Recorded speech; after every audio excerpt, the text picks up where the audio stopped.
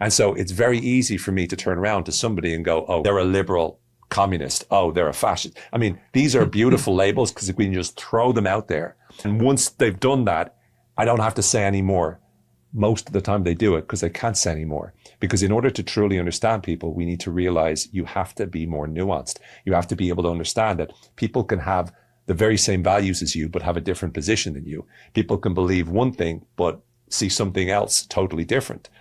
So the same reason for stereotypes, the same reason for generalizations, the same reason why we're able to recognize a chair and know what it is because our brain wants to use and conserve as much energy as possible. Our brains use about 20 to 25% of the calories we take in.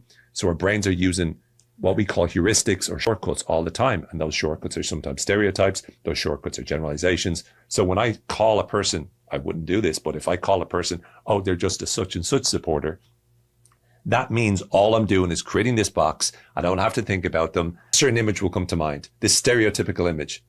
And yet, if you try to look for them, you might find the odd one online or on the news being interviewed at. But the majority of people that have voted for either of them, that's not, what they are. They're so much more than that. Well, they also have to be more than that, because I find what's interesting is you could have been labeling somebody as a somebody supporter, and now you have to label them as a somebody else supporter because of an external change. Yeah. Right? Yeah. So it means that by its very nature, nobody is one thing. And people, and nobody's ever one thing. But as people, we like to be able to make things as simple as possible. And so we reduce it down to that. And that's one of the, I suppose, worst things that we can do, because it's also what immediately sets us apart. There's this great book called Against Empathy by Paul Bloom, a psychologist. And in it, one of the things he talks about is while empathy is a great thing in many ways, the problem is that the more you empathize with some people, like the more you form a bond with others. And Cialdini calls this the seventh principle of unity in his book Influence.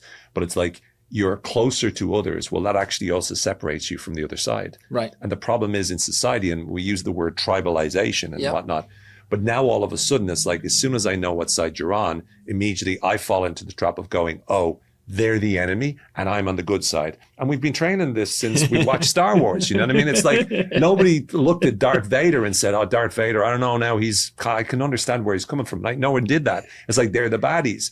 The only time I've seen a great example where this is starting to happen is Cobra Kai. So Cobra Kai is a wonderful TV series. Oh, you're so good. Yeah.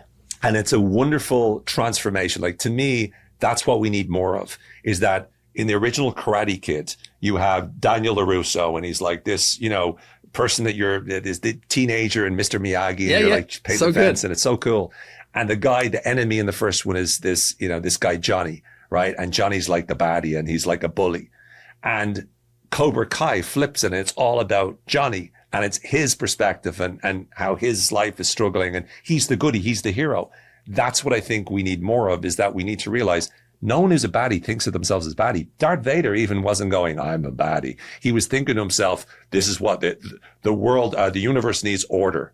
And the order is the emperor, and the order is I can make this world a peaceful place, right? Even Thanos in the Marvel, he clicks his fingers. He wanted to kill half of all living beings, right? Why? Because he thought that was what the universe needed, right? These are people that believe their good intentions, and yet we label other people as enemies, not realizing, well, they're doing the same thing as us. No one's turning around going, I'm the villain in this.